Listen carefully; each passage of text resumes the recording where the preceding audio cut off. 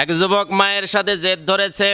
মাকে জিজ্ঞাসা করে, মা শুনলাম আল্লাহ যাকে খাওয়ায় পৃথিবীর কেউ রক্ষা করতে পারে না, আবার যদি আল্লাহ না খাওয়ায় পৃথিবীর কেউ খাওয়াইতে পারে না।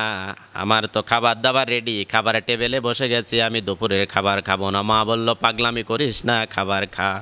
সন্তান বলল, খাবো না, বাড়ি থেকে বাইরে হয়ে চলে গেল।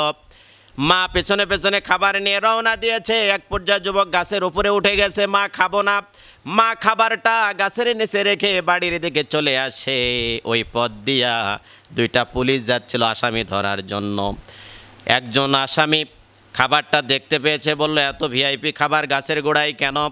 একজন বলে খাবার খেয়ে নেব, আর একজন বলে খাবো না, কারণ চোর হয়তো বিষ মিশিয়ে আমাদেরকে মারার জন্য খাবার রেখেছে।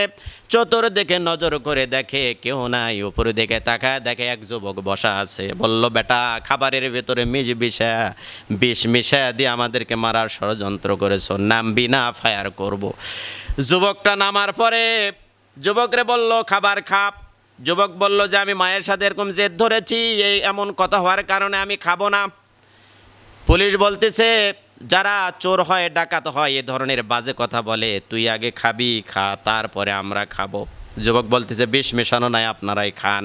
পুলিশ বলতেছে, তুই আগে খা। এভাবে আস্তে আস্তে করে জেদ ধরেছে। পুলিশ এক সময় বন্দুকের নল দিয়া পিটানো শুরু করেছে, তাও খেতে চায় না। এক পর্যায়ে বুট জুতার পা দিয়া যখন লাথি দিয়েছে, এরপরও খেতে চায় না। থাপ্পড় চড় দেয়, এরপরও খেতে চায় না। এক পর্যায়ে বলছে, না খাইলে তোকে গুলি করে দিব। এই ভয় দেখানোর পরে যুবকটা সব খাবারগুলো খেয়ে নিল। আর যুবকটা খাবার শেষ হয়ে যাওয়ার পরে মার প্রতি রাগ অভিমান কমে গেছে। আল্লাহর কাছে সেজদা দিয়া আল্লাহকে ডাক দেয়া বলে, মালিক তুমি যাকে খাওয়াও, জুতা পিটা করে হলেও খাওয়াও, তুমি যাকে খাওয়াও বন্দুকের লল দেয়া পিটা হলে খাওয়াও, তুমি যাকে খাওয়াও সর আর থাপ্পড় দিয়ে হলেও খাওয়াও, মালিক এটাই আমার বিশ্বাস করি, জীবনে এমন কথা আর বলবো না।